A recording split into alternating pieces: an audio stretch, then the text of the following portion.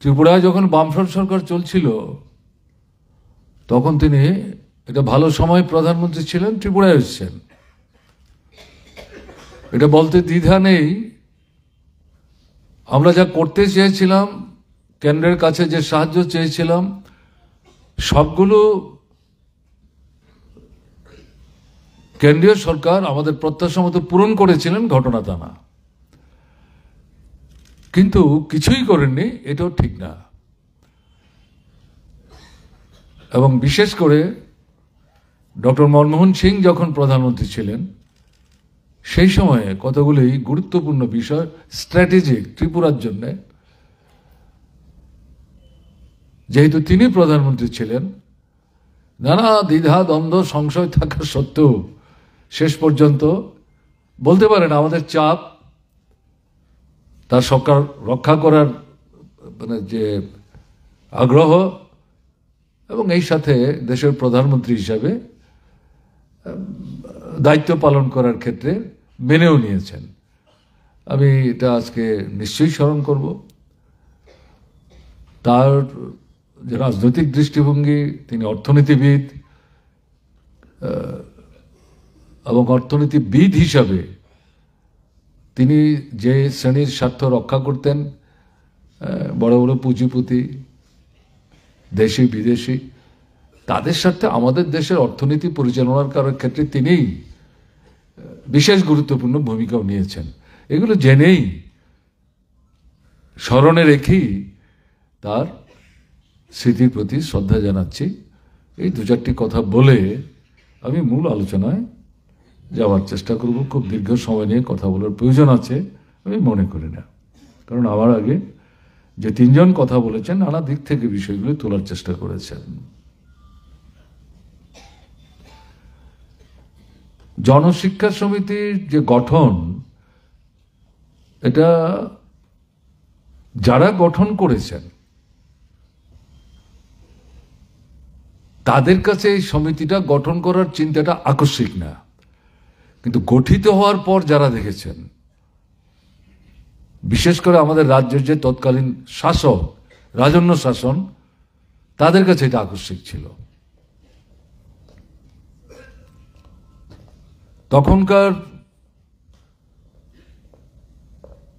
পরিস্থিতিটা কি ছিল? পরিস্থিতিটা ছিল আমাদের রাজ্যের শিক্ষা, কৃষ্টি, সংস্কৃতি, স্বাস্থ্য, পরিকাঠামো, জীবনযাত্রার মান, সমস্ত দিক থেকে ত্রিপুরা পেয়েছে। এবং সেই সময় ত্রিপুরার জনগণের বৃহত্তম অংশ হচ্ছেন উপজাতি অংশের মানুষ। লোকসংখ্যা যে খুব বেশি ছিল তখন ঘটনা তা না, হয়তো 16-17 লক্ষ হবে, 20 লক্ষের কাছাকাছি হবে। স্বভাবতই বৃহত্তম অংশ ছিলেন উপজাতি অংশের মানুষ। এবং এটা ঠিক, অর্থনৈতিক দিক থেকে পরিকাঠামোগত যে উন্নয়ন, তার মূল ভিত্তি কৃষি, তাকে ভিত্তি করে শিল্প, এবং এর সঙ্গে যুক্ত হবে যোগাযোগ, তার সঙ্গে হচ্ছে বিদ্যুৎ, এগুলো কি ছিল? কিছুই তো ছিল না। চাগলার রুশনাবাদ যদি ত্রিপুরার সঙ্গে যুক্ত না হতো, ব্রিটিশ শাসনের সহযোগিতায় জায়গিরদারি জমিদারির প্রথা পদ্ধতি অনুসরণ করে, তাহলে এই রাজবাড়ি তৈরি করা কিন্তু সম্ভব হতো না। কারণ রাজস্বের বড় অংশ জাগলার রুশনাবাদ থেকে আসত। যতই ত্রিপুরায় মানুষকে ঠকিয়েছে, এর চেয়ে বেশি যাওয়ার সুযোগ নাই, কারণ তাদের তো দেওয়ারই সামর্থ্য নাই। জায়গা কোথায়, বাড়ি কোথায়, জমি কোথায়, চাষ কোথায়, আয় কোথায়, উপার্জন কোথায়? ওই যে গান গাইছিল, রাজা যেমন ট্যাক্সও চায়, আমাদের কাছে টাকা আছে কিনা এটা খবর রাখে না। বৃষ্টি যখন পড়ে সেও খবর রাখে না কার মাথার উপর ছাউনি আছে ছাউনি নেই। অসাধারণ গান না? জীবনের অভিজ্ঞতা থেকে গেছে মানুষ। তো এরকম পরিস্থিতিতে চূড়ান্ত দৈন্যদশা, এবং একটা উপলব্ধি আসতে শুরু করছিল ক্রমে ক্রমে যে এটা তো কোন শাসনে আছি। রাজার মাহাত্ম্য গাইছি আমরা, নারায়ণ মনে করছি, সে খুশি হইলে আমাদের সব সমস্যার যন্ত্রণার অবসান। এটা ধীরে ধীরে উপলব্ধির মধ্যে আসছে যে এটা বাস্তব না। দ্বিতীয়ত, এই যে সমস্যাগুলিতে আমরা ভুগছি, রাজ শাসনের কোনো অনুভূতি আছে, কোনো মানে আগ্রহ আছে এই সমস্যাগুলি সমাধানের জন্য কিছু কার্যকরী উদ্যোগ গ্রহণ? না, তাও তারা প্রত্যক্ষ করছে। এবং এই সাথে যেটা চলছে, তখন আপনার আমাদের স্বাধীনতা সংগ্রাম ক্রমে ক্রমে তার মূল লক্ষ্যে উপনীত হওয়ার কাছাকাছি জায়গায় চলে আসছে। কৃষকের আন্দোলন, শ্রমিকের আন্দোলন, মধ্যবিত্ত মেহনতি মানুষের আন্দোলন, ছাত্র যুবদের আন্দোলন, নারী পুরুষ নির্বিশেষে। অফকোর্স গান্ধীজির নেতৃত্বে কংগ্রেস দল, নামটাই কংগ্রেস মহাসম্মেলন, এটা একটা বিরাট ছাতার মতো সমস্ত যারা ব্রিটিশ বিরোধী স্বাধীনতা সংগ্রামে অংশগ্রহণ করছিলেন এই ছাতার তলায় এসেছিলেন।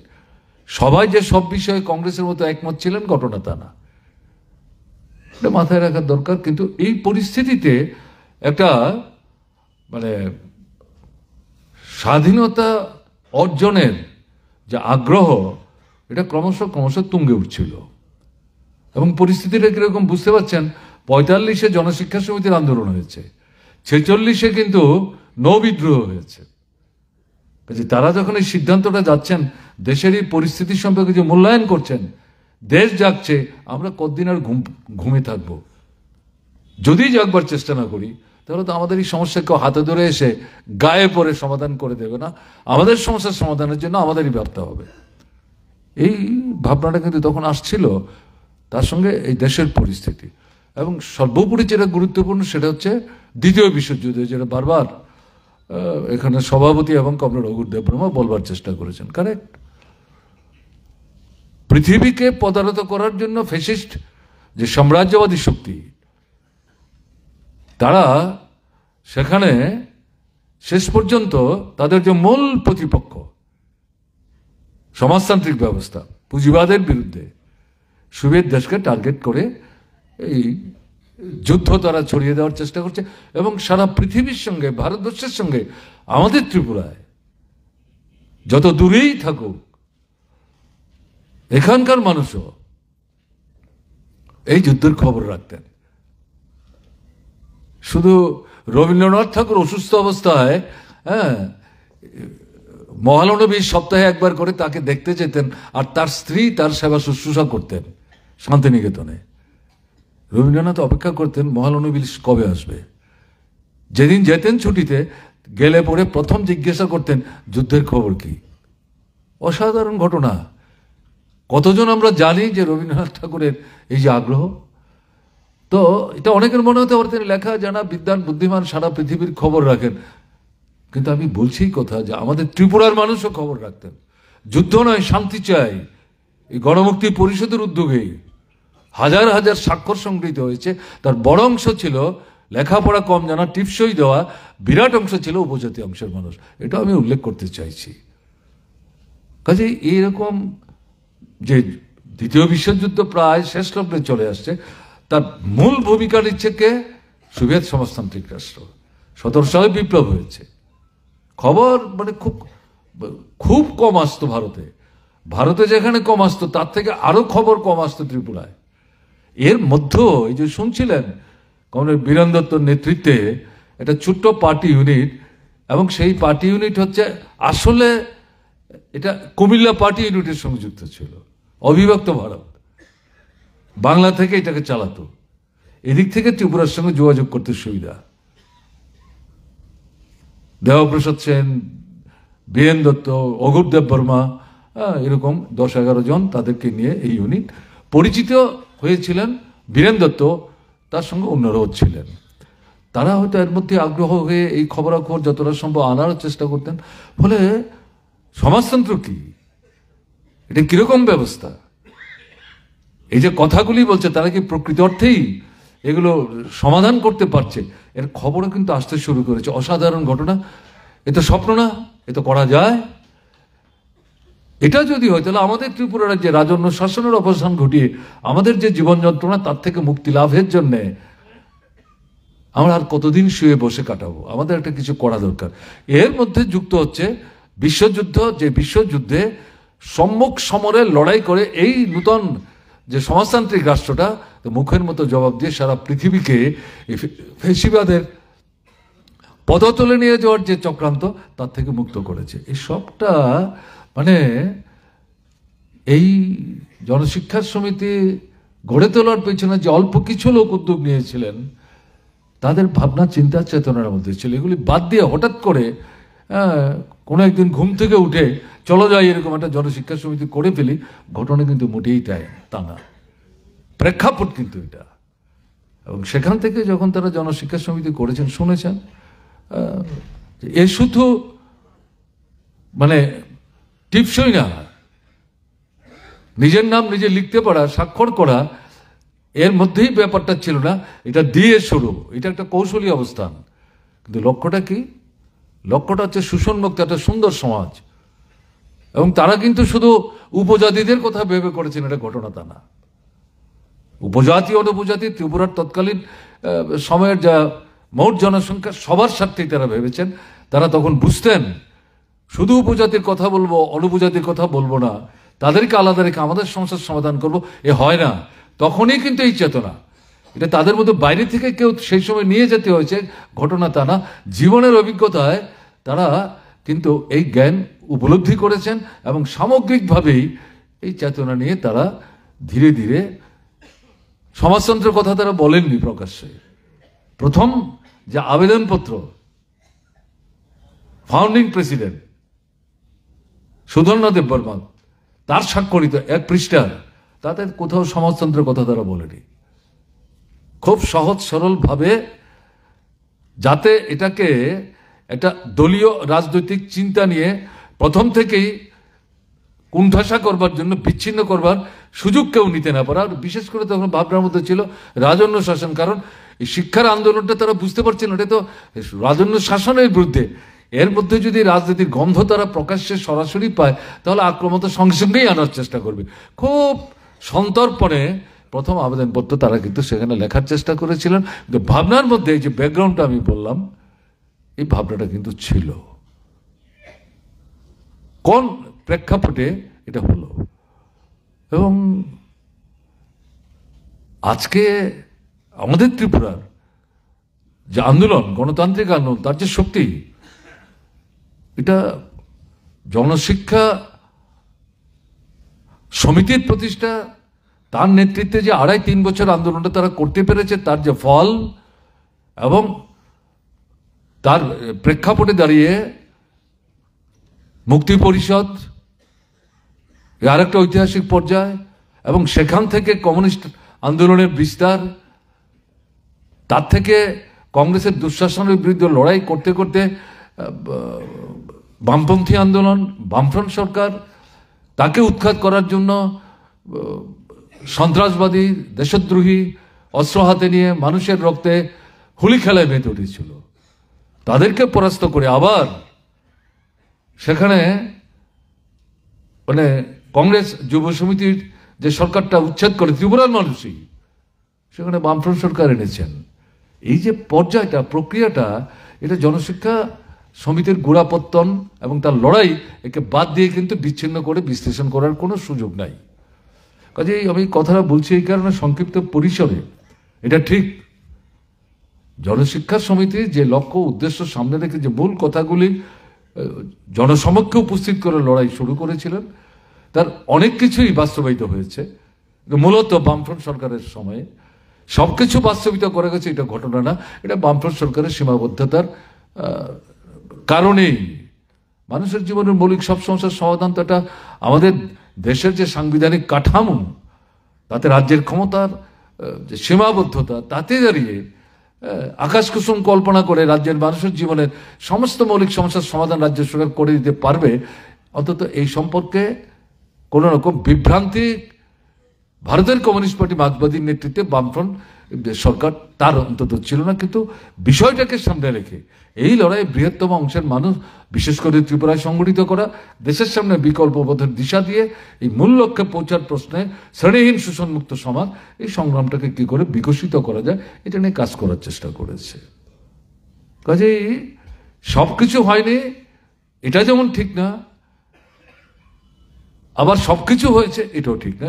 এই তুল্যমূল্য বিশ্লেষণের মধ্য দিয়ে কিন্তু আমাদের যেতে হবে।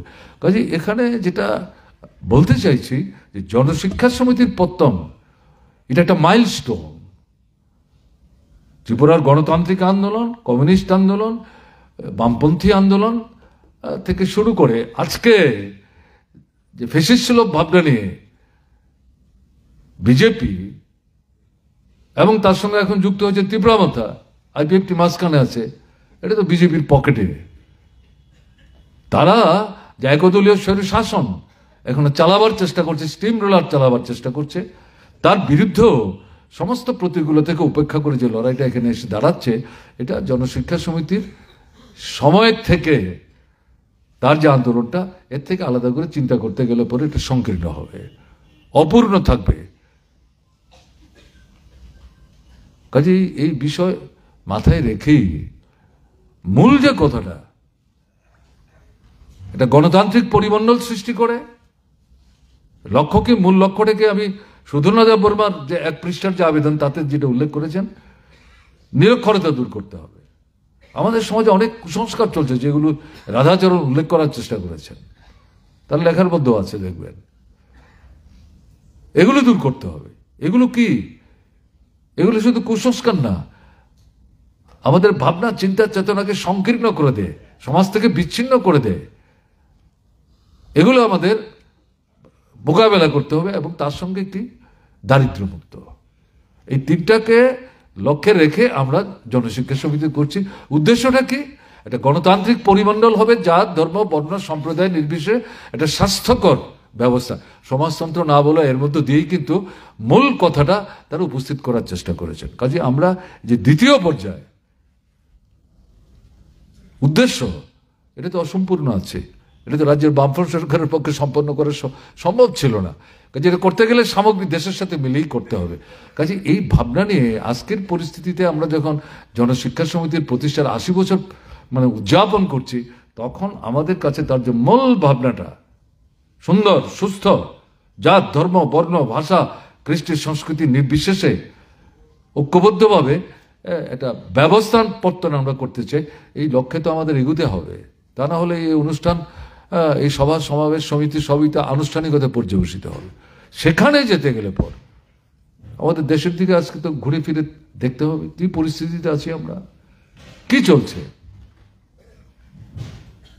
7 মাস 8 মাস হয়েছে নতুন যে সরকার প্রতিষ্ঠিত হয়েছে। ধারণা হয়েছিল অনেকেরই যে ধাক্কা খেয়েছে, হয়তো শিক্ষা নেবে, একটু রয়েছে চলবে, সম্বিত ফিরবে, মানবিক হবে, গণতান্ত্রিক হবে। একেবারে উল্টো পথে চলছে, একেবারে উল্টো পথে চলছে। এই যে পার্লামেন্ট সেশনটা গেল, সর্বশেষ সেশনটা, আমি খুব বেশি পেছনে যেতে চাইছি না, তাতে আমরা কি দেখলাম? আদানি গুজরাটের লোক, আজকে যিনি প্রধানমন্ত্রী তিনিও গুজরাটের মুখ্যমন্ত্রী ছিলেন। তখন আদানিকে কে চিনত বলুন তো? আজকে আদানি ভারতবর্ষের প্রথম ধনী, পৃথিবীর 20 জনের মধ্যে একজন। কি করে সম্ভব? বিজেপি সরকারের দৌলতে এবং তার মধ্যমণিকে প্রধানমন্ত্রী নরেন্দ্র মোদী, তার দৌলতে। এর আগেও তার বিরুদ্ধে অভিযোগ এসেছে, কিন্তু ভারতবর্ষে তার বিরুদ্ধে কোনো ব্যবস্থা সেখানে নেওয়া হয়নি। এখন সূর্যের কিরণ থেকে বিদ্যুৎ, এর জন্য একটা নতুন প্রকল্প হাতে নিয়ে ভারত সরকার অগ্রসর হওয়ার চেষ্টা করছে। তার জন্য আন্তর্জাতিক টেন্ডার ডেকেছে। সেই টেন্ডারে পৃথিবীর বিভিন্ন দেশের এই বিদ্যুৎ দিয়ে যারা ব্যবসা বাণিজ্য প্রকল্প ইত্যাদি করে তারা টেন্ডার ফ্লোট করেছেন। দেখা গেল এই আদানি ভারতবর্ষে কয়েক হাজার কোটি টাকা ঘুষ দিয়ে যারা এটা ফাইনাল করবে তাদেরকে পকটস্থ করে বাকি সবাইকে পেছনে ঠেলে ফিরে দিয়ে এটাও সে দখল করেছে। আমেরিকার যারা এই আপনার প্রতিযোগিতায় অংশগ্রহণ করে এখান থেকে এই প্রকল্পটা তারা মানে পেতে চেয়েছিলেন, তাদের কাছে সমস্ত তথ্য চলে আসে, মামলা হয় আমেরিকাতে। এবং তারা প্রাথমিকভাবে তার বিরুদ্ধে যে অভিযোগ, এই অভিযোগটার সত্যতা তারা পান এবং তাকে গ্রেপ্তার করার জন্য তারা সিদ্ধান্ত নেয়, মামলা ওখানে হবে। এই নিয়ে অল্প সময়ের ব্যবধানে পার্লামেন্ট বসছে, এটা শীতকালীন অধিবেশন, 25 দিন 21 দিন 25 দিনে। সেখানে যখন প্রশ্ন উঠলো, আমরা তো তাকে নিয়ে কথা বলতে চাই, প্রথম কথা হচ্ছে কি বলছে না, এটার সঙ্গে তো দেশের কোনো সম্পর্ক নেই। অদ্ভুত কথা, এই যে সূর্য কিরণকে ভিত্তি করে শিল্পটা হবে, এটা তো আমাদের দেশেই, কাজে এটার সঙ্গে তো আমাদের বিদ্যুতের দাম বাড়া কমার নির্ভর করছে। শিল্প, কৃষি, তার উন্নয়ন, অগ্রগতি, তার দাম দরের উপর বহুলাংশে নির্ভর করছে। আমাদের অর্থনীতির সাথে তার সম্পর্ক, দেশের মানুষের সাথে সম্পর্ক। কি বলছে এর সাথে আমাদের কোনো সম্পর্ক নাই।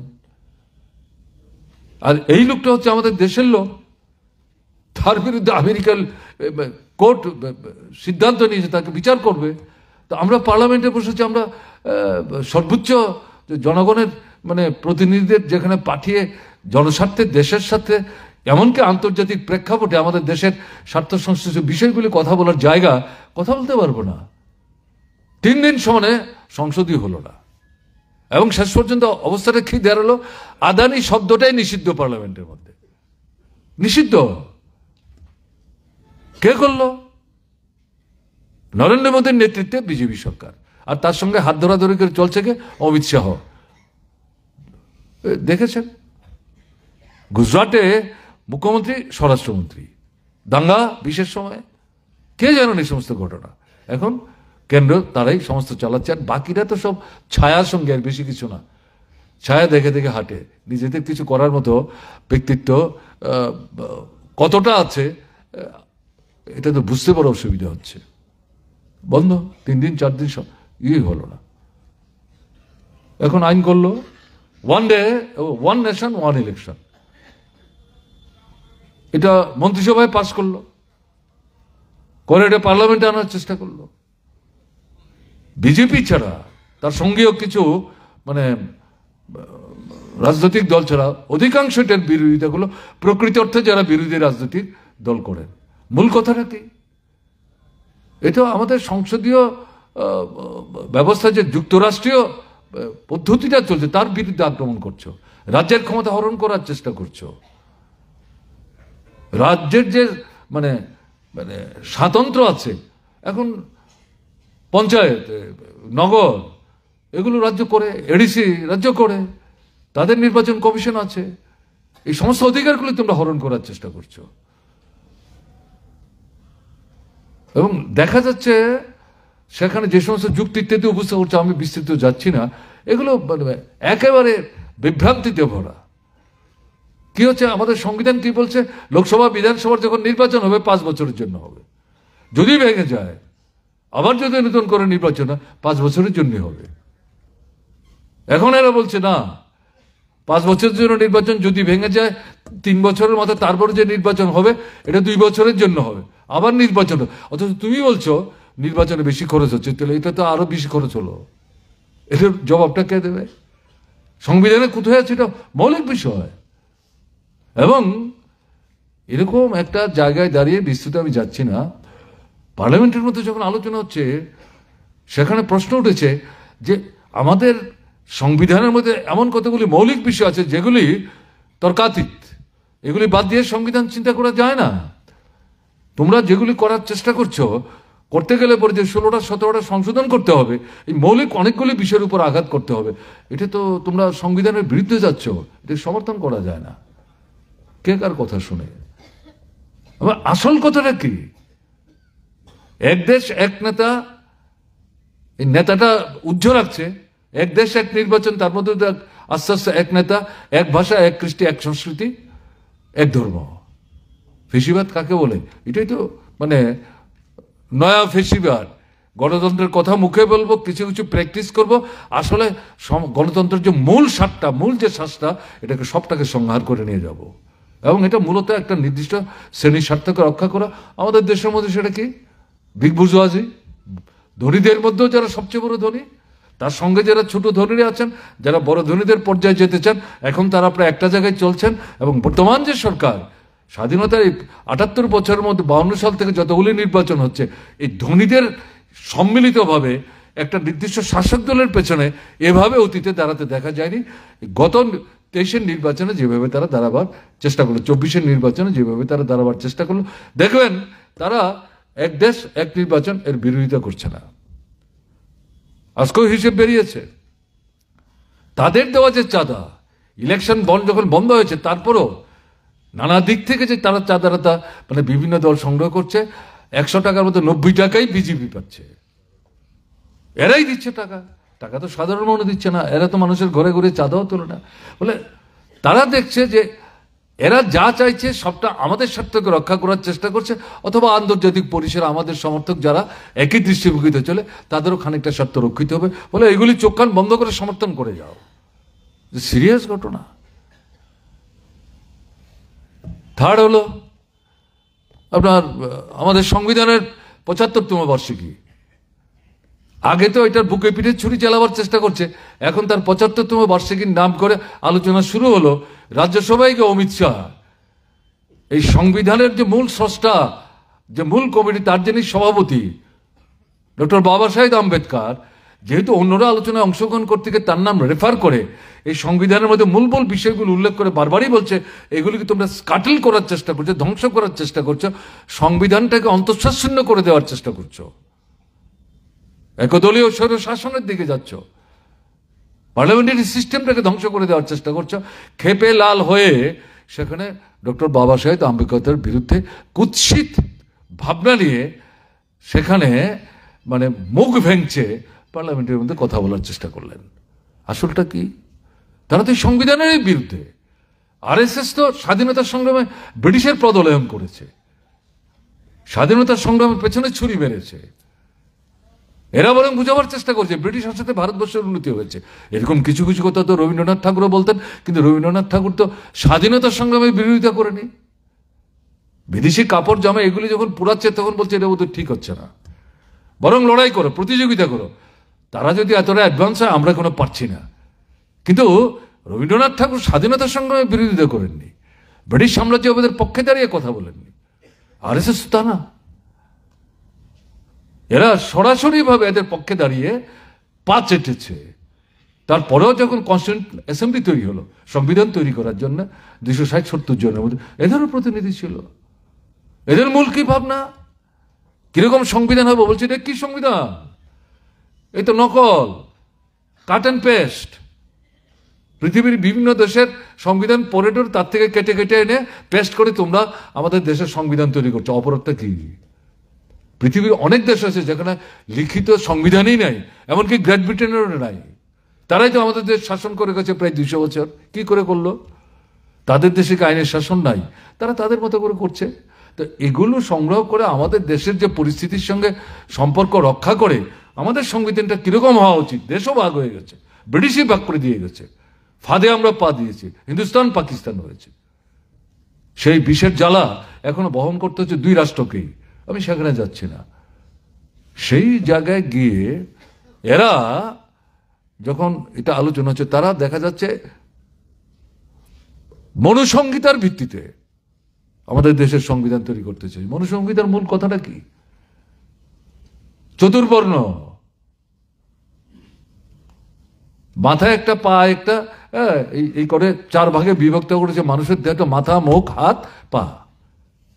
তা এই জায়গাতে এই যে বিভাজনটা, এটার পেছনে একটা শ্রেণী দৃষ্টিভঙ্গি কাজ করেছে, ব্রাহ্মণ্যবাদের ভাবনা। তা এই জায়গাতে দাঁড়িয়ে মূল কথাটা কি? তারা মহিলাদেরকে গৃহবন্দী করে রাখবার ব্যবস্থা। তারা সুন্দরের পূজারী হবে, সন্তান জন্ম দেবেন, মা হবেন, তাদের দেখভাল করবে, রান্নাবান্না করবে, সবাইকে খাওয়াবে, নোংরা পরিষ্কার করবে, কাপড় জামা ধুবে, নিকাবে, বাইরে যাবে না, কোনো অধিকার নাই।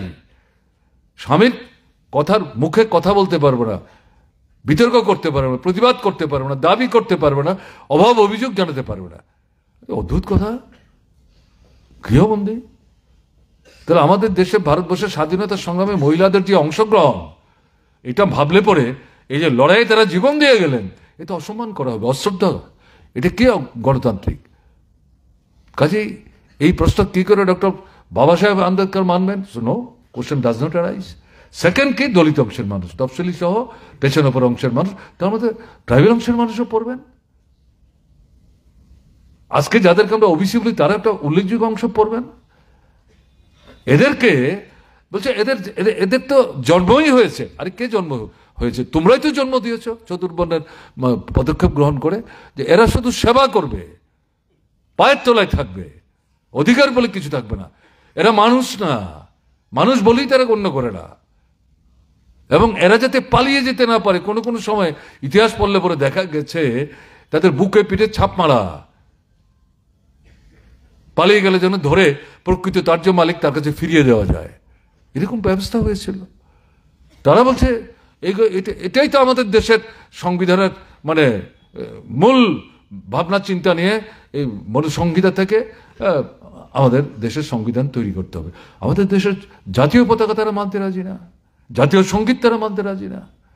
তো এই বিষয়গুলো তুলে যখন রাজ্যসভায় কথা হচ্ছে, ডক্টর মানে বাবা সাহেব আম্বেদকরের উপর চোটে লাল। আরে সে তো নাই এখন, কিন্তু যা রেখে গেছে, যা করে দিয়ে গেছে, এই কথা বলার অর্থ কিন্তু এই নয় যে সংবিধানটা যেভাবে তৈরি হয়েছে তার মধ্যে যা যা আছে আমরা সন্তুষ্ট না, আমরা কমিউনিস্টের সন্তুষ্ট না, এটা সীমাবদ্ধ। এর মধ্যে যে ভাবনা চিন্তা নিয়ে স্বাধীনতার সংগ্রাম হয়েছে ব্রিটিশের বিরুদ্ধে, যে লক্ষ্য নিয়ে, উদ্দেশ্য নিয়ে, তার সবকিছুর প্রতিফলন ঘটেনি। সংগ্রামের সময় যে কথাবার্তাগুলি বলেছে, কংগ্রেস যখন রাষ্ট্র ক্ষমতায় অধিষ্ঠিত হয়, তখন যখন এই সংবিধান তৈরি হয়, তার মধ্যে কিন্তু তার প্রতিফলন ঠিকভাবে ঘটেনি। যে কারণে মুজফর আহমেদ বলেছিলেন, ইয়ে আজাদি ঝোটা হয়, ভুলো মত ভুলো মত, একবার দুবার দিয়েছেন স্লোগান, পরে এটা বন্ধ হয়েছে। মুজফর সাহেবের সঙ্গে কথা বলতে হয়েছে পার্টির নেতৃত্বে, তাহলে তো স্বাধীনতাকে অস্বীকার করা হবে? ঠিক আছে, আমাদের এই সংবিধান আমাদের ভাবনা চিন্তার সাথে সাযুজ্যপূর্ণ না। আমরা শোষণমুক্ত একটা ব্যবস্থা চাইছি, জাত ধর্ম বর্ণ নির্বিশেষে খাদ্য, বস্ত্র, বাসস্থান, শিক্ষা, স্বাস্থ্য, রোজগার, ভিক্ষাবৃত্তি না, উঞ্চবৃত্তি না, এগুলো ঠিক আছে। কিন্তু আমরা যদি রাজনৈতিক স্বাধীনতাটাকে অস্বীকার করি, তাহলে তো আমরা ভুলের ফাঁদে পড়বো, আমরা বিচ্ছিন্ন হব। কমরেড মুজিবুর আহমেদ রিয়েলাইজ করেছেন, এই স্লোগান তিনি পরবর্তী সময় দেওয়ার চেষ্টা করেননি, আমরা এগুলো বলি না। কিন্তু এর প্রেক্ষাপটটাকে আমি বলতে গিয়ে এটা উল্লেখ করলাম, প্রাসঙ্গিকতার দিক থেকে এটা বোঝার জন্যে। তাহলে এই জায়গায় দাঁড়িয়ে তারপরেও আমাদের যে সংবিধানটা, এটারই তারা বিরোধিতা করছে। তা এখন এর বিরুদ্ধে এখন কি হচ্ছে? সারা দেশের মধ্যে প্রতিবাদ হচ্ছে। আপনারা জানেন, আগরতলায় মিছিল হয়েছে, আবার 30 তারিখ হবে, সারা ত্রিপুরায় হবে, সারা ভারতবর্ষে হবে। আমি দৃষ্টিভঙ্গিটা বোঝার জন্য বলছি। এরপর কি? নির্বাচন কমিশন তো এমনি বগল দাবা করেছে। এখন বিভিন্ন রাজনৈতিক দল নির্বাচন নিয়ে প্রশ্ন তুলছিল যে ঠিকঠাক মতো হচ্ছে না,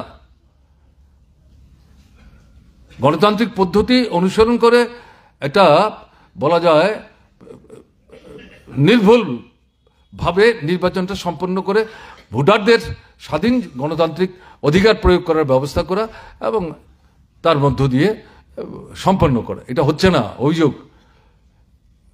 কমিশন বিভিন্ন রাজনৈতিক দলের নেতৃত্ব করে ডেকেছেন, জাতীয় যে রাজনৈতিক দল, তাদের সঙ্গে কথা বলে কতগুলি পদক্ষেপ নিয়েছেন।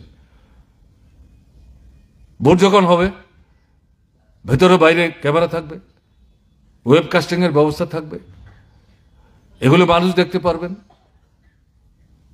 এছাড়া যারা নির্বাচনে প্রতিনিধিত্ব করছেন তাদের তথ্যাদি সংগ্রহ করার সুযোগ থাকবে, আলাদা ওয়েবসাইট থাকবে, এগুলি নিয়ে মানুষ পরীক্ষা নিরীক্ষা করতে পারবেন, তাদের মতামত ঠিক করতে পারবেন। ভোটের কেন্দ্রে কি ভোট হচ্ছে না হচ্ছে না, লুট হচ্ছে না, বাক্স ভাঙছে না, বাক্স কাঁধে করে নিয়ে পালাচ্ছে, হ্যাঁ, কার ভোট কে দিচ্ছে, এই সমস্ত জিনিসগুলি এর মধ্যে দিয়ে আসার কথা। যদিও এগুলি যে সব আসছিল ঘটনা তা না। ত্রিপুরার অভিজ্ঞতা কি? এই ওয়েব মেশিন কাজ করেছে, আপনার এই যে সিসি ক্যামেরা সব জায়গায় চলেছে, চলেনি তো, ইচ্ছা করেই নষ্ট করে রেখেছে, কারণ তারা রিগিং করবে, জালিয়াতি করবে।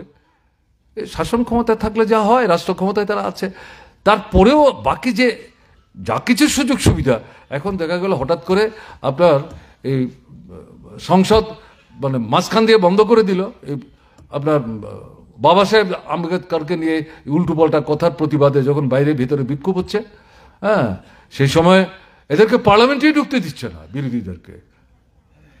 এরকম পরিস্থিতির মধ্যে এখন প্রচন্ড খুব বিক্ষোভ, হঠাৎ করে মাঝখানে অধিবেশনটাই বন্ধ করে দিল। তারপরে তারা সেখানে মন্ত্রিসভা অফিসের সিদ্ধান্ত নিল এই যে সুযোগগুলি ছিল এগুলো সমস্ত বাতিল করে দিলাম। ভয়টা কোথায়? এটা কিন্তু শাসক দলের শক্তি না, দুর্বলতার লক্ষণ। মানুষের উপর আস্থা রাখতে পারছে না, তারা নিজেরাও বুঝতে পারছে সাধারণ মানুষও এদের উপরে আস্থা হারাচ্ছে। এটা তো গত নির্বাচনেই দেখা গেছে, তাদের ভোট তো কমেছে 1.9%, আসন কমেছে। তাদের শাসিত রাজ্যগুলিতে তারা সবচেয়ে বেশি আসন হারিয়েছেন, যে কারণে তারা দাঙ্গা না একতরফা আক্রমণ সংগঠিত করছে মুসলিমদের বিরুদ্ধে, এখন স্থানে স্থানে খ্রিস্টানদের এবং এখানে দেখলাম বুদ্ধিস্টদের উপর এখন আক্রমণ করছে। তাদের যে উপাসনা কেন্দ্র সেগুলোকে তারা ছাড়ছে না, এই জায়গায় তারা চলে যাচ্ছে।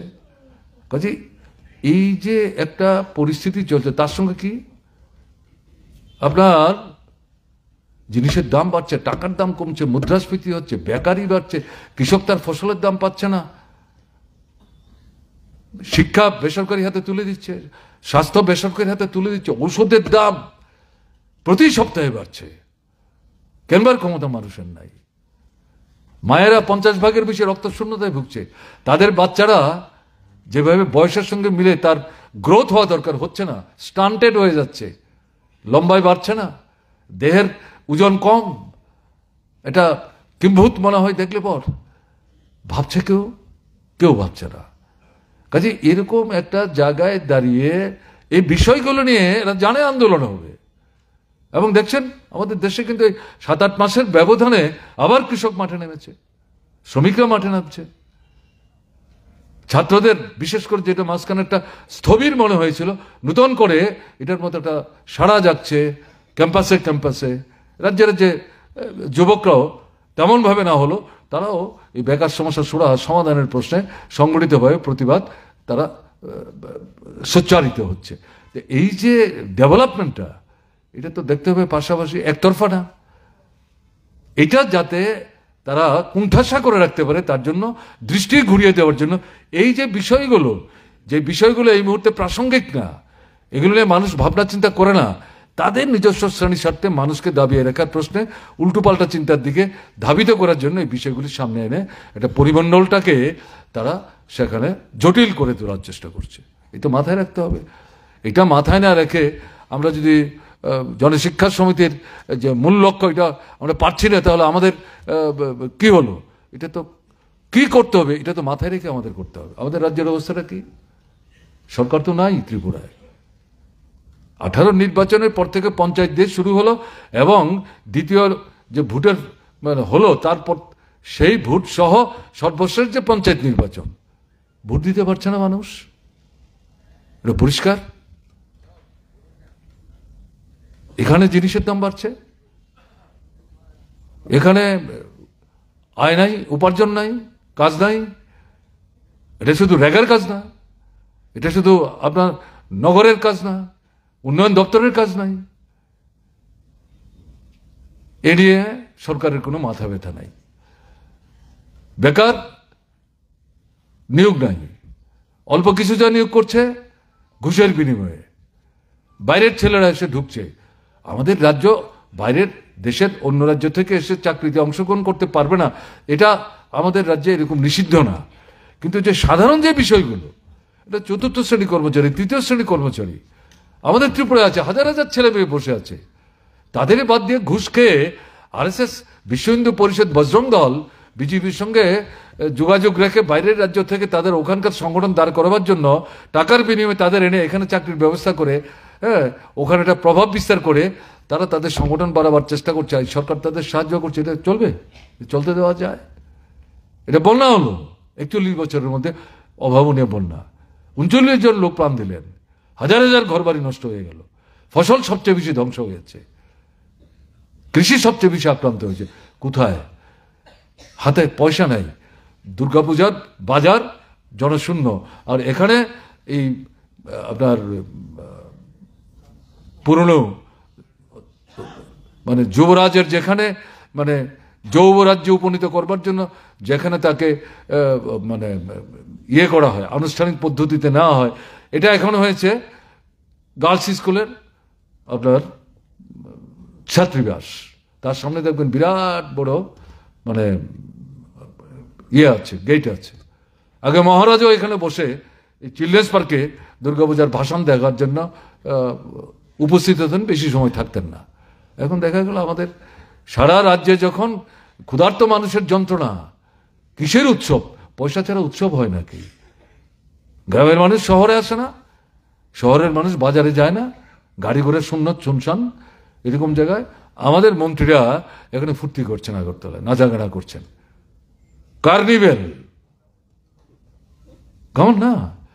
তাহলে এই যে অবস্থাটা চলছে, এরা বুঝতে পারছে যে এটা করেও হবে না, তাই তারা কি করছেন? এখন দেখা যাচ্ছে বিজেপি হিন্দু মুসলমানের মধ্যে বিরোধ বাঁধাবার চেষ্টা করছে। তারা এটা বুঝতে পারছে যে এভাবে প্রতারণা করে, ভোট জালিয়াতি করে 24-এর নির্বাচনে না হয়, 23-এর নির্বাচনে না হয় জিতা গেল, সরকার রাখা গেল, তাও পারতো না যদি পিঁপড়াবথা এই প্রতারণা ব্যবস্থাটা না করতো। অনেকে বলেন বিশ্বাসঘাতকতা। কিসের বিশ্বাসঘাতকতা? প্রতারণা করেছে। আমরা তো তাদের বিশ্বাস করিনি, মার্ক্সবাদী কমিউনিস্ট পার্টি তাদের বিশ্বাস করেনি। কাজে আমরা এই কারণে বলছি বিশ্বাসঘাতকতা, প্রতারণা করেছে, জেনে বুঝে করেছে, বিজেপিকে সাহায্য করার জন্য। শুনেছেন আপনারা, আমি সেখানে যাচ্ছি না।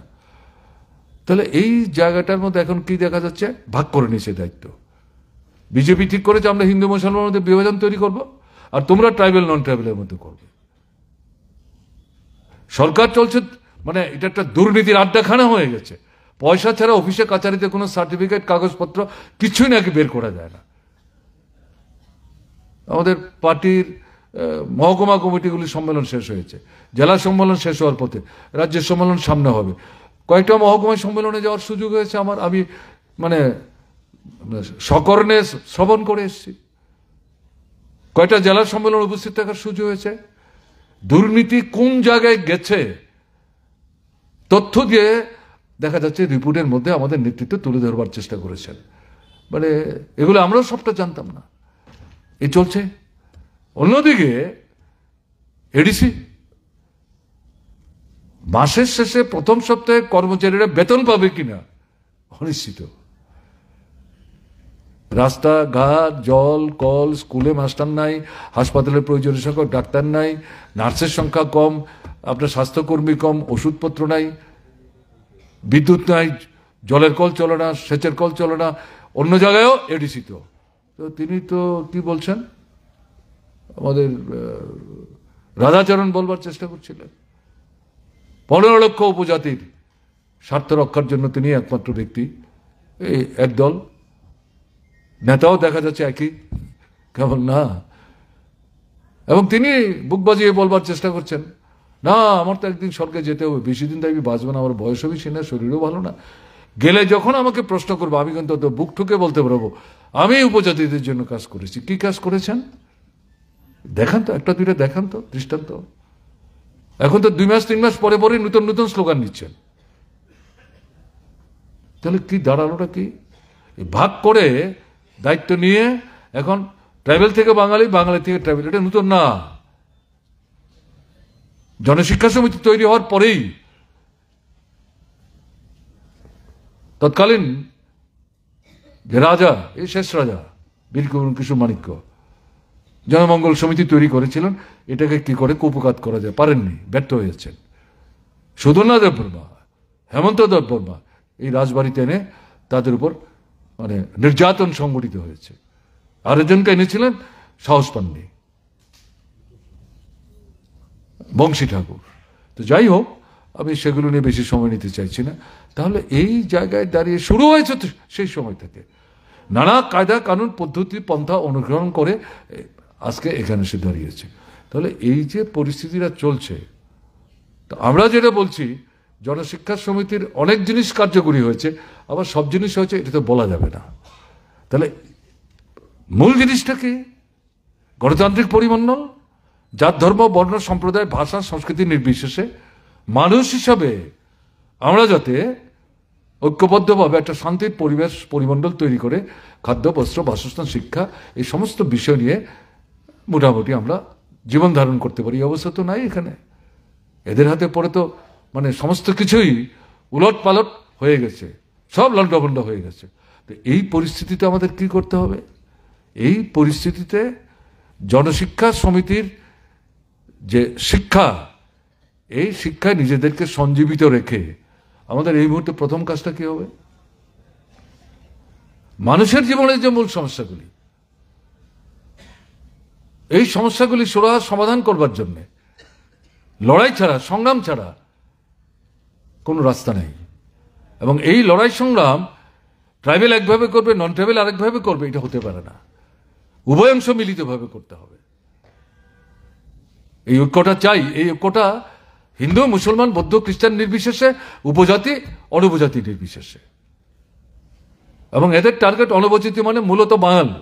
এদের বিরুদ্ধে তারা কথা বলার চেষ্টা করছে। এটার বিরুদ্ধে রুখে দাঁড়িয়ে ঐক্য শুধু স্লোগান দিলে হবে না, এটার জন্য কার্যকরী উদ্যোগ চাই। সেই উদ্যোগটা হচ্ছে মানুষের জীবনের যে জ্বলন্ত যে সমস্যাগুলো, অর্থনৈতিক, সামাজিক, যেগুলি কুড়ে কুড়ে খাচ্ছে, এগুলোকে ভিত্তি করে লড়াইটা করতে হবে।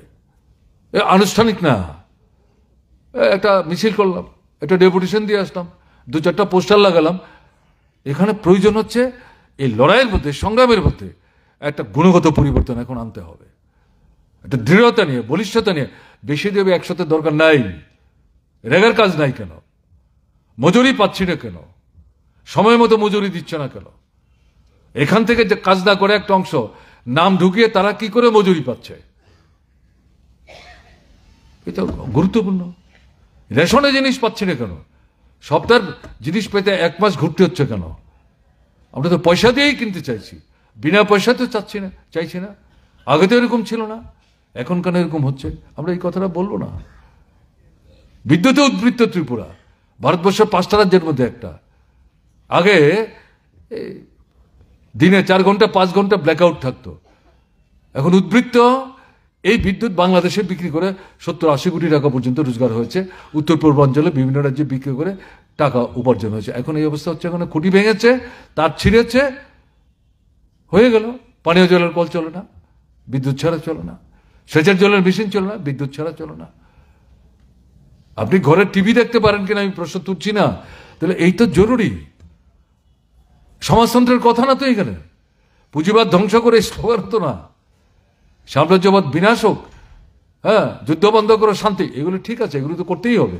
কিন্তু এই যে জরুরি বিষয়গুলো, স্কুলে মাস্টার নাই, বাচ্চা যাচ্ছে,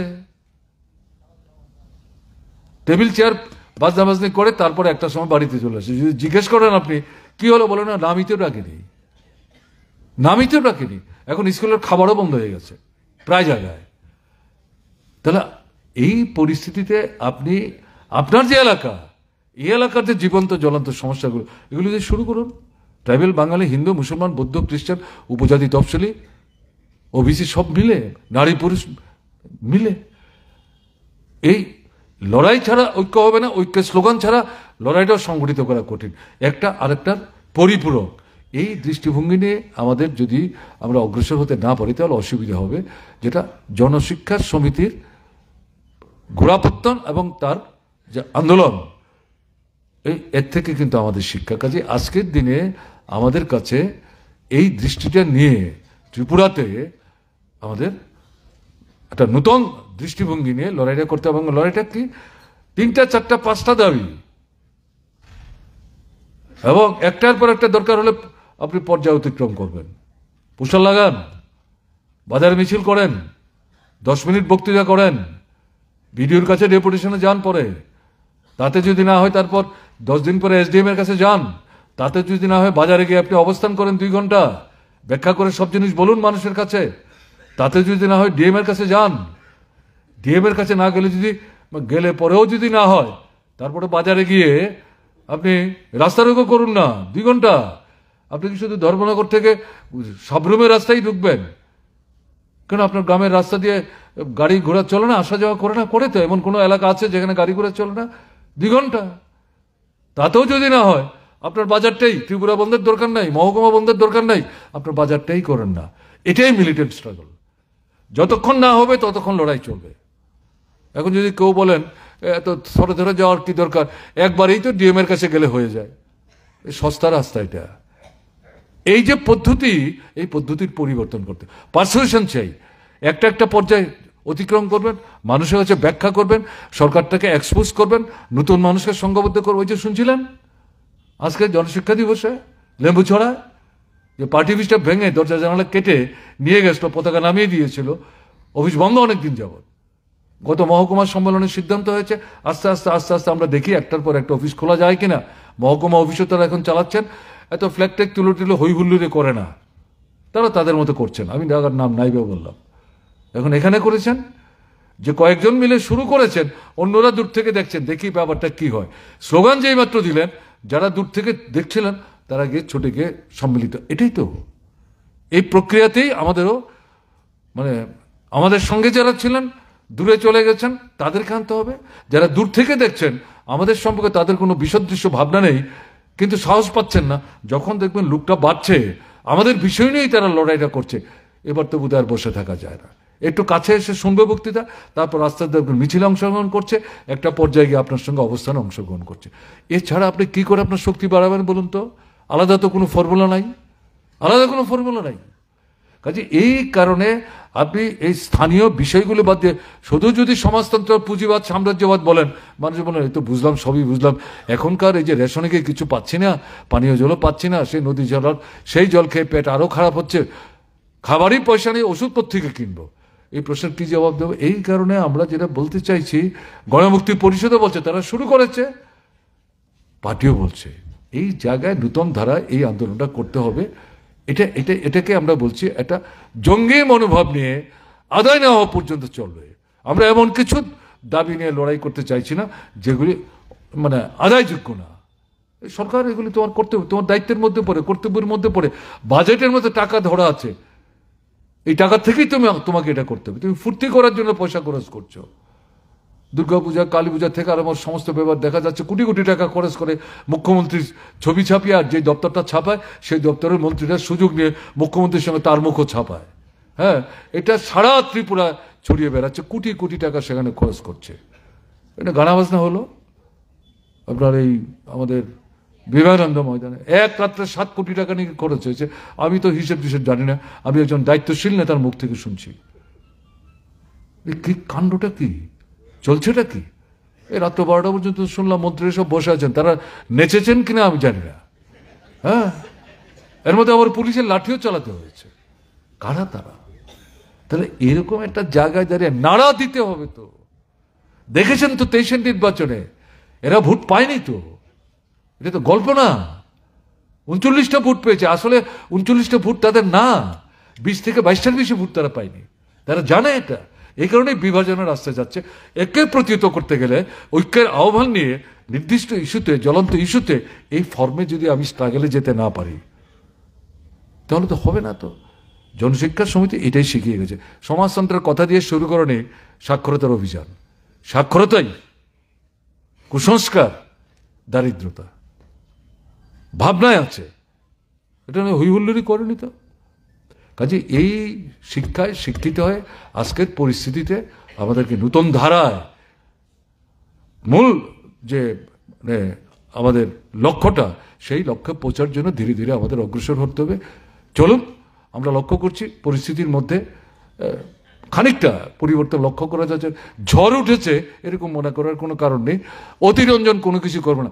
পরিস্থিতি যা যেমন সেভাবেই তাকে দেখতে হবে, সেভাবেই তাকে বিশ্লেষণ করতে হবে, সেভাবেই সেখান থেকে বিশ্লেষণ করে আপনি উপসংহার টেনে কি করতে হবে সামনে যাওয়ার জন্য সেটা ঠিক করবেন। এই জায়গায় দাঁড়িয়ে যে অনুকূল খানিকটা পরিবেশ তৈরি হয়েছে, এদের বিচ্ছিন্নতা বাড়ছে, এরা উপলব্ধি করছে, ভীতি তৈরি হয়েছে, কেমন এরা নিজেরা এখন খেয়ে করছে, এরকম একটা জায়গায় আমরা যদি ধীরে ধীরে অগ্রসর হই তাহলে এদেরকে আরো বিচ্ছিন্ন করা যাবে। আরো নতুন লোক আমাদের সঙ্গে আমরা আনতে পারবো। যত বেশি লোক সঙ্গে আনতে পারবো তত তারা বিচ্ছিন্ন হবে। এই বেশি লোককে সঙ্গে নিতে পারলেই আঘাত আরো জোরে সোরে দেওয়া যাবে। সেটাই রাজনৈতিক সাফল্য অর্জন করে অসম্পূর্ণ যে কাজ, সেই কাজ সম্পাদন করার মধ্য দিয়ে আমরা আমাদের জীবনের মূল সমস্যাগুলি সুরাহা আমরা সেখানে করার রাস্তাটা উন্মুক্ত করতে পারবো। এটাই জনশিক্ষা সমিতি আমাদের শিখিয়ে দিয়ে গেছে। তার 80 বছর উদযাপনে দাঁড়িয়ে সেই কথা মনে রেখে, স্মরণে রেখে আজকে আমাদের নূতন করে এই শপথ নিয়ে এখান থেকে যেতে হবে এবং কাজের ক্ষেত্রে যে যেখানেই আছি সেখানে ভূমিকা নিতে হবে। এই আবেদন আপনাদের কাছে রেখে আমি আমার বলা শেষ করছি। ভালো থাকবেন। আমার নমস্কার।